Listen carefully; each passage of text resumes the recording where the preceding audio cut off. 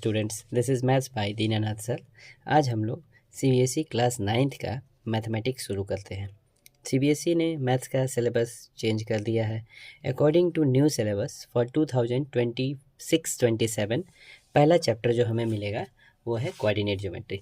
Coordinate geometry में हमें क्या पढ़ना है? हमें पढ़ना है brief history of coordinate geometry.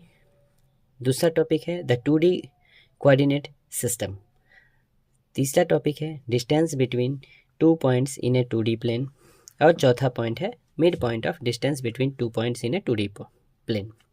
हम देखते हैं brief history of coordinate geometry और analytical geometry was established in 17th century by French mathematician René Descartes. René Descartes ने, जो कि फ्रेंच मैथमेटिशियन हुआ करते थे, उन्होंने 17th सेंचुरी में इसको इस्टेब्लिश किया। किसके साथ? Pierre de Fermat and linking algebra and geometry. इनका पर्पस क्या था? ज्योमेट्री और अलजेब्रा को लिंक करना। Descartes is credited with popularising the Cartesian system.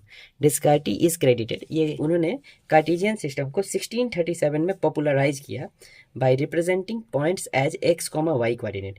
एक पॉइंट को एक्स कॉमा वाई कोऑर्डिनेट का नाम देके he found Cartesian system necessary to bridge the gap between two previously separate fields algebra and geometry. Algebra और geometry जो अलग अलग field थे, उसके गैप को ब्रिज करने के लिए उन्होंने इसे बहुत ज़रूरी पाया।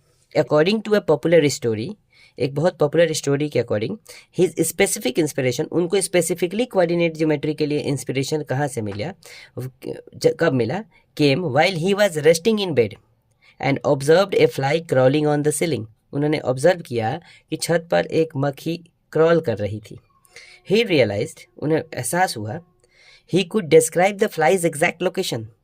वो फ्लाई का एग्जैक्ट लोकेशन डिस्क्राइब कर सकते हैं by its distance from 2 perpendicular walls. Distance from 2 perpendicular wall से उसकी एग्जैक्ट लोकेशन डिस्क्राइब कर सकते हैं, which led to the concept of x comma y coordinates. जैसे कि मान लीजिए उनके पास ये सीलिंग है, इस सीलिंग में एक फ्लाई क्रॉल कर रही है, यहाँ पे एक फ्लाई क्रॉल कर रही है। Suppose this is the position of fly. अब इस फ्लाई के एग्जैक्ट लोकेशन को ये कैसे डिस्क्राइब कर सकते हैं? अगर इन्होंने ये डिसाइड कर लिया कि ये हमारा नॉर्थ साइड का वाल है, कॉर्नर है, ये साइड का वाल सीलिंग के कॉर्नर है, ठीक है, ये ईस्ट साइड का है, ये वेस्ट साइड का है। अब अगर ये डिसाइड कर पाए कि वेस्ट से ये कितनी दूरी पर है और नॉर्थ से कितनी दूरी पर है, ठीक है, अगर ये डिसाइड कर ले, सपोज यहाँ से ये मेज़र कर ले कि यहाँ से 2 मीटर डिस्टेंस पे है और यहाँ से 3 मीटर डिस्टेंस पे है, और इस पॉइंट को ये लिख सकते हैं 2 metre north comma 3 metre from west side. Okay, अगर ये ऐसे लोकेट कर सकते, इसका मतलब ये हुआ कि इस फ्लाई के पोजीशन को लोकेट करने के लिए इन दो वाल से ये परपेंडिकुलर डिस्टेंस अगर ये मेजर कर सकते हैं, तो 2 मीटर फ्रॉम नॉर्थ वाल एंड 3 मीटर फ्रॉम वेस्ट वाल। इसका मतलब इन्होंने लिखा है 2 मीटर फ्रॉम नॉर्थ वाल एंड 3 मीटर फ्रॉम वेस्ट वाल।